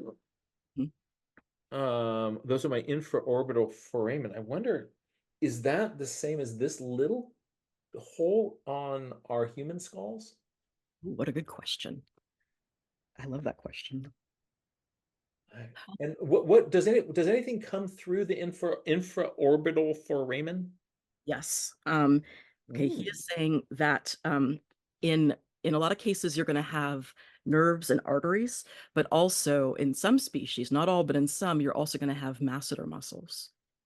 Go through the infraorbital foramen. Some. That's at least what he seems to be Oh, saying. Um, yeah, it says here it's a passageway for nerves and arteries and sometimes muscles as well. The size and shape of the infraorbital foramina, because that's how you say it plural, I guess, vary tremendously across species. In rodents, they are quick characters to help differentiate among large species. But interestingly, beavers are I'm not going to say this word correctly. Look on this porcupine. Check out the infraorbital foramen on that bad boy. Oh, oh, and then you said beaver have. Oh, no, no. They say that beavers are a bit different. They're called sciuromorphs, which means that no part of the masseter muscles pass through it, interestingly. But at the other end of the spectrum are hystri hystricomorphs. What a fun word, isn't that? Hystricomorphs. So, some of my best friends are hystricomorphs. And those ones would be porcupines and nutrias, which says much of the masseters pass through this very large opening. Mm, That's kind of fun, isn't it? You can yeah, it see is. infraorbital foramen being pointed at in this picture. Ah, Mhm. Fun, huh?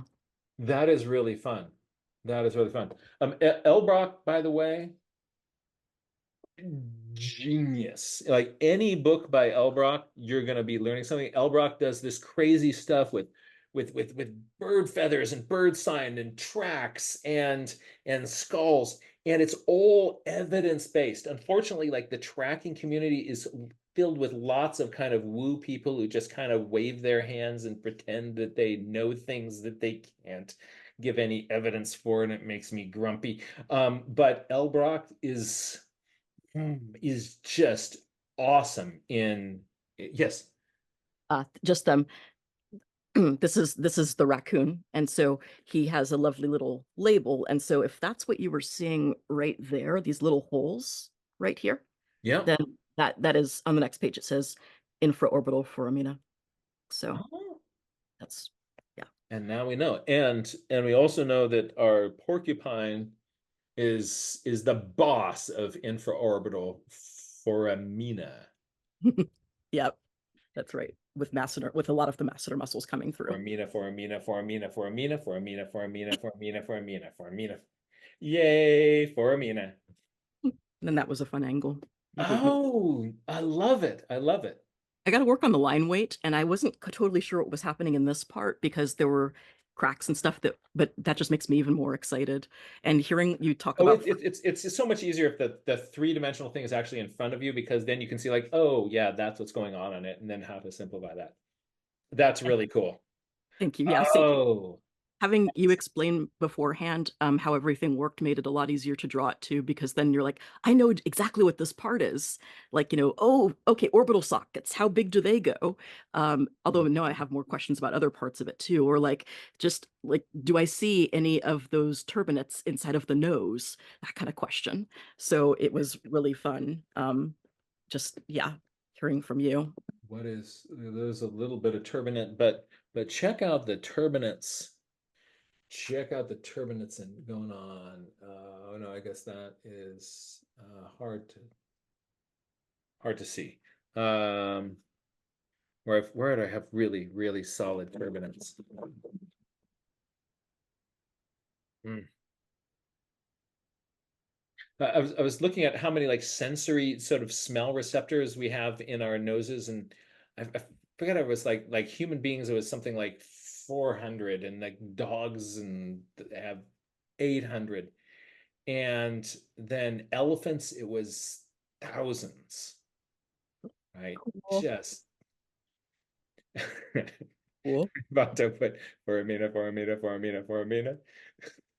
I love it. into the chat. Um, And yes, And then please. before I pass the floor, I just wanted to also share thank you to the folks who came out on Sunday for Earth Day. Um, we got to do some fun things afterwards where we did some trash forensics maps. We had 13 wonderful friends coming out to Seal Point Park. We had sort of a low tide, gentle breeze going from, yeah, moving from east to west. And then we were doing a little drawing about where each of our trash was that we picked up. So then we can question, why is this trash in this area instead of in other areas? How on earth did so many tires get here? And so one of our people who came with us said that this entire mound over here used to be a dump here at Seal Point. And so we were wondering if maybe the trash came from there, like some of these tires, maybe they came down the river. It's hard to imagine like somebody going out over this riprap here to dump their tires. So we're wondering if there were other ways, maybe it came from one of the ships and fell off of it. We're not really sure. So we had a really good time trying to figure. Oh yeah, sorry. Riprap are those big rocks that you sometimes see armoring coasts. They do that to sort of break the waves up a little bit when they show, so that way it supposedly helps prevent from erosion. But yeah, the rocks officially do have a name. They're called riprap.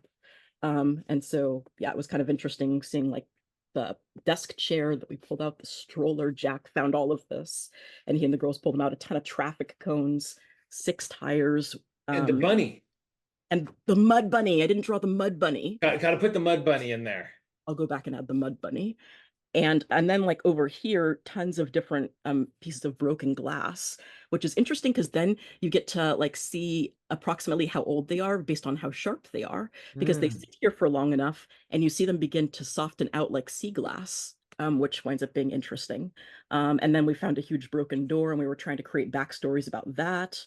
The far shore was too far to get to, even though it wasn't that far because of the soft mud, which is treacherous. Yeah, we had Hmm. a good time doing Oh, that. this is cool. This is cool. And may I show the superhero picture of you? Sure. All right, Sure. yeah, you guys got to check this out. Just if you are wondering, uh, just check this out. This is a I think an awesome superhero kind of flex picture. Check that out. Superhero Avea Moore on the mud flats in boots with chair and tire. And she's not tired. Oh no, this is just getting started. And you made a big difference. That's cool. Thank you. That was so much fun.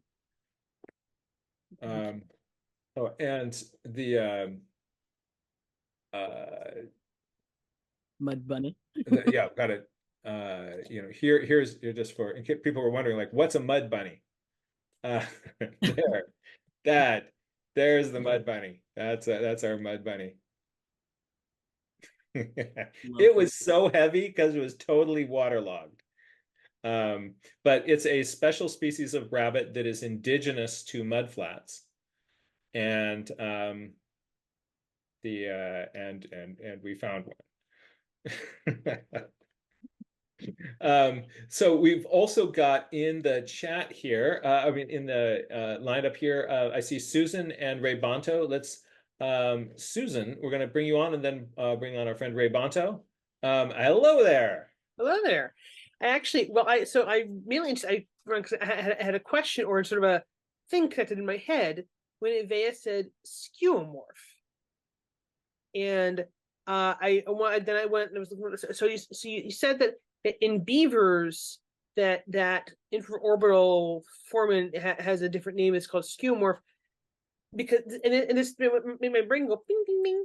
Oh, by the way, I also should say thank you for this class. I do feel like makes me feel like all of us are just a whole bunch of boneheads. No. But anyway, so skeuomorph is this word that's my favorite word that I can never remember.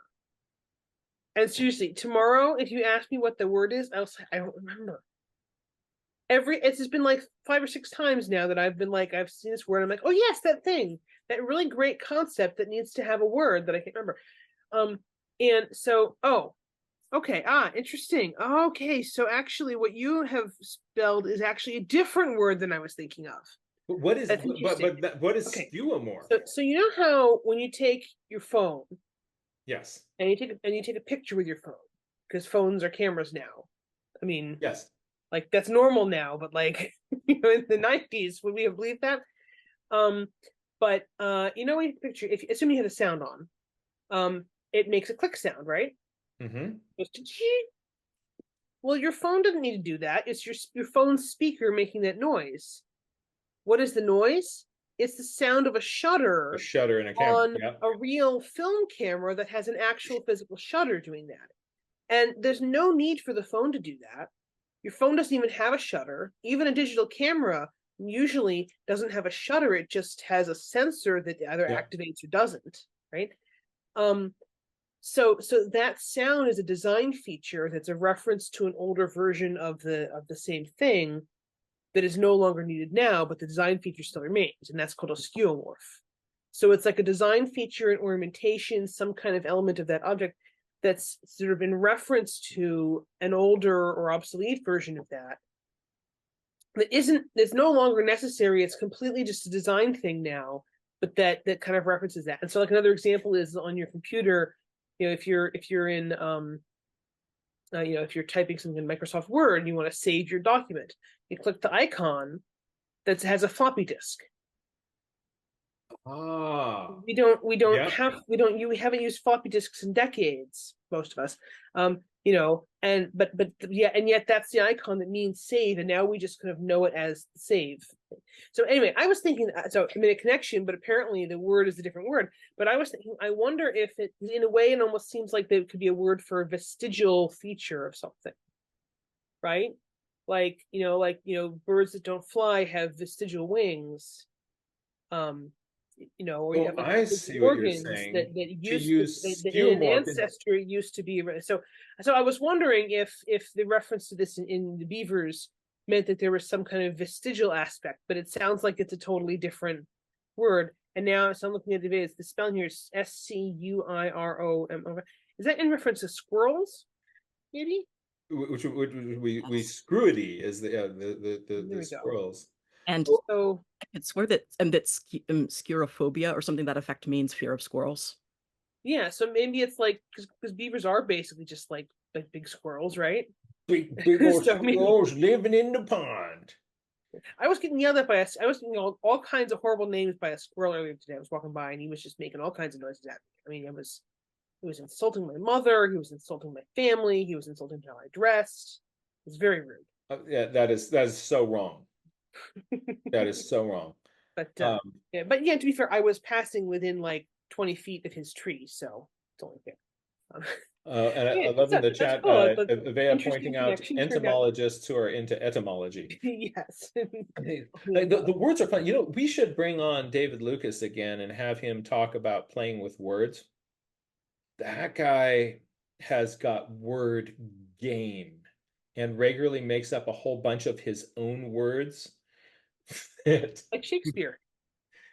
Did Shakespeare make up some of his own words? Oh, he made up so many words. Yeah, I'm trying to think now. I can't And think of what. I'm sure he wrote. and then do we still use a bunch of Shakespeare's words? Oh yes, there are lots of words that are just part of the English language now that Shakespeare made up, and now Did I'm not blanking on know the specific that. ones, but lots and phrases. Yeah, I can't think of any specific ones, but I will look it up. But yeah.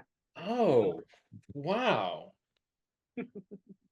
That is really cool. Yeah, I know Lewis Carroll made up words, but we don't use those. Oh, that's really, really fun. That is big fun. Yeah, that was just a little side rabbit hole I went down there. Oh no, oh bring the bunnies and the mud bunnies. Mhm. Yeah, but could And the we go killer rabbit of spelunking Carabanog. in a mud bunny hole? That could get messy. Mhm. And again, and especially while we're spelunking, we should be aware that the killer rabbit of Carabanog. Oh, Yes, be absolutely.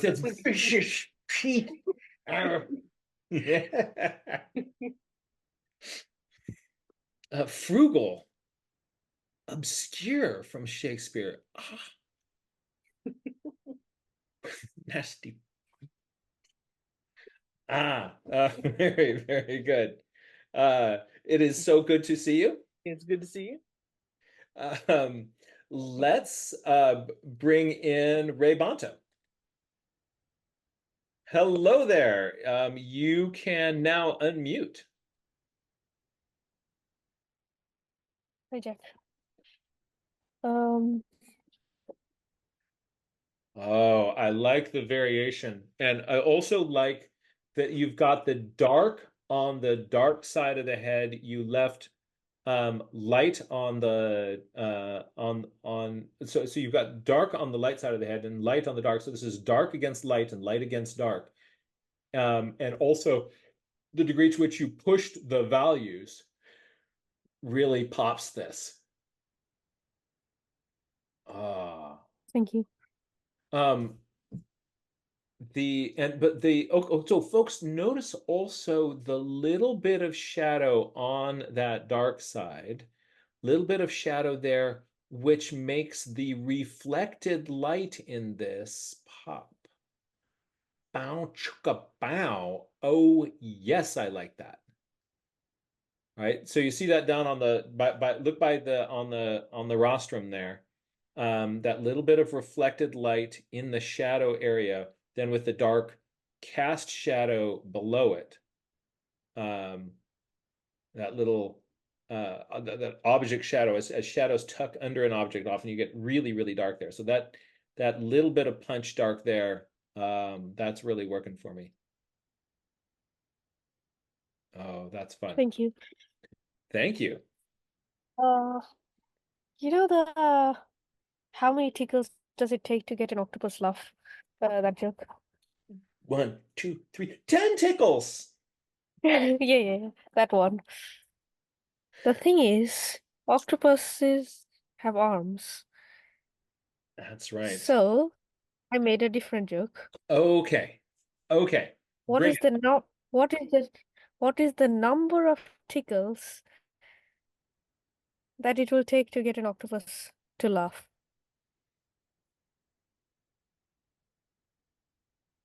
So if the octopus doesn't have tentacles anymore, tell me. It's exactly unknown, but it's an enormous amount.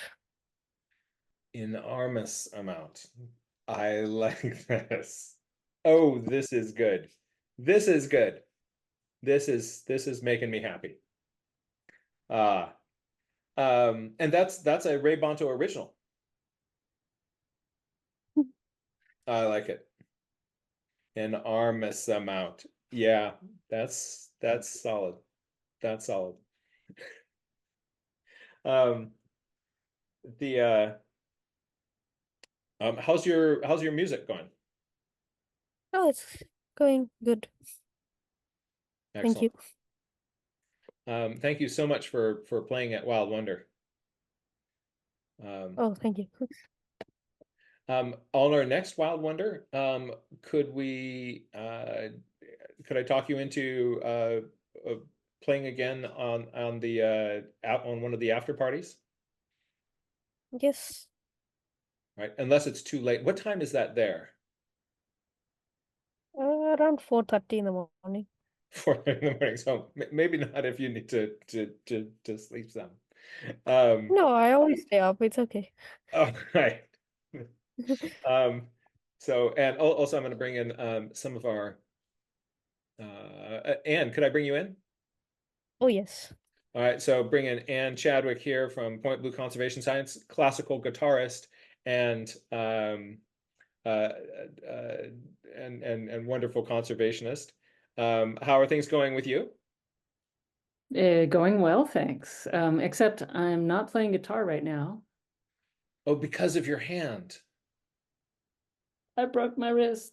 Oh, But soon, and I keep doing little exercises to make sure that the recovery will be as quick as possible because I just miss it, and I miss piano and guitar. And I'm glad to hear, Ravanta, that you are continuing your studies. So with sitar, that's great. it is so cool.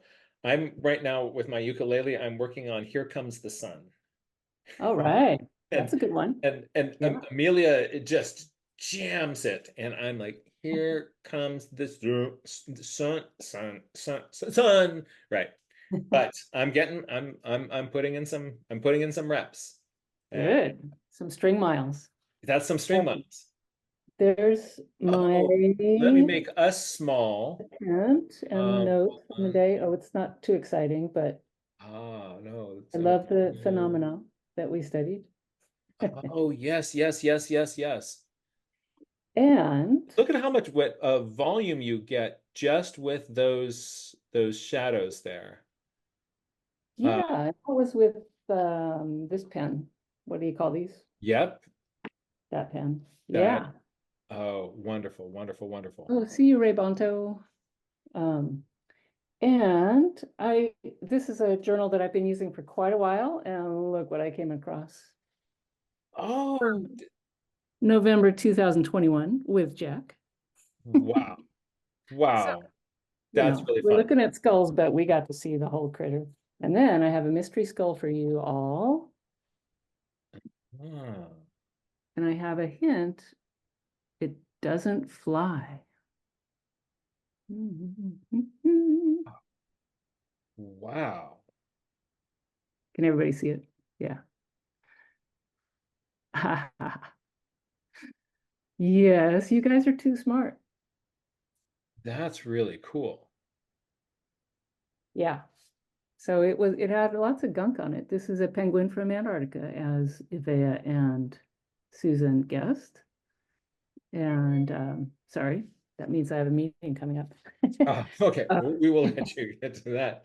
Must be That's 12:30. um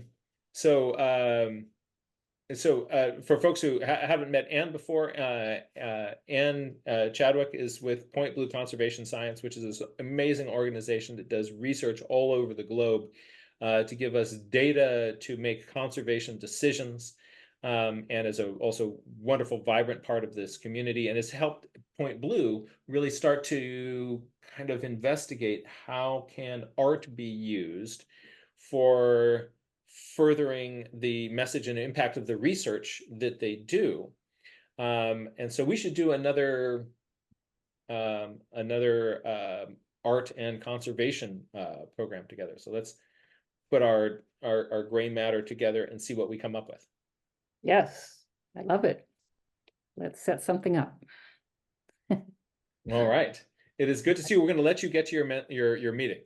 Okay, thanks. Good to see everybody. Good to see you, Anne. Is there anybody else that would like to join in? Okay, then we're going to be wrapping up our show. Ivea, is it all right if I bring you back on? Mhm. All right, add you into the spotlight here. Bam! Here we are.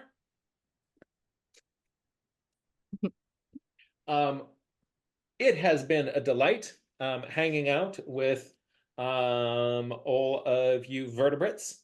And we hope that you had a great time investigating, when we take art and science and we get to kind of like massage them together, when we look at the skull, we see more. And then as a scientist, you see more when you're bringing the art. As an artist, you see more when you bring in the science.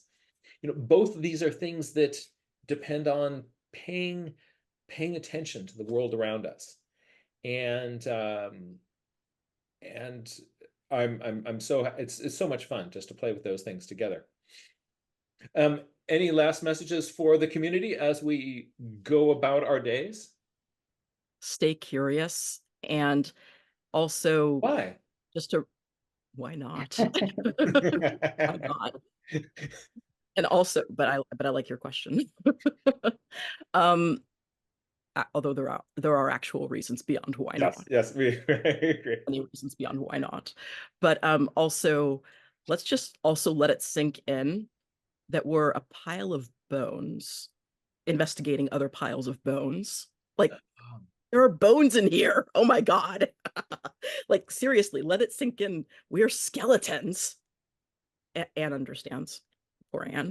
Yeah, we are skeletons being like the whole kind of just the way that this whole system works with the endoskeleton. I mean, just so cool. Like in order to do this, I need something that attaches on here and ends up on here. So I contract that, I can move that. Then I want to get it back the other way. I need something that goes around the other side and I can contract it. And then there's this whole thing is amazing. Sorry, sign language word. Oh, what is that for? Complicated. Oh, Ah, just talking to somebody about about they're considering what would it be like to teach sign language in my daughter's school. Oh, let's see. Anne's paw here. Oh, actually, it's pretty good. Everything's in place. It's just a little tiny thing across there. It's not the big white thing. It's right under there. But I'm just saying, it's bones. I have proof right in there. Anyway, didn't mean to interrupt your no, no, wrap no, up. no, no. That's You not a are point. piles of bones. That's So, so folks, stay safe. And celebrate your functioning skeletons while we can. It's not until things go wrong that we really start to like be aware of them sometimes. And be kind. Be kind to others. Be kind to slugs. And we will. Be we'll kind to see. yourself too. Be kind to yourself. So wise. Thanks, friends. Be well. Thank you, Jack.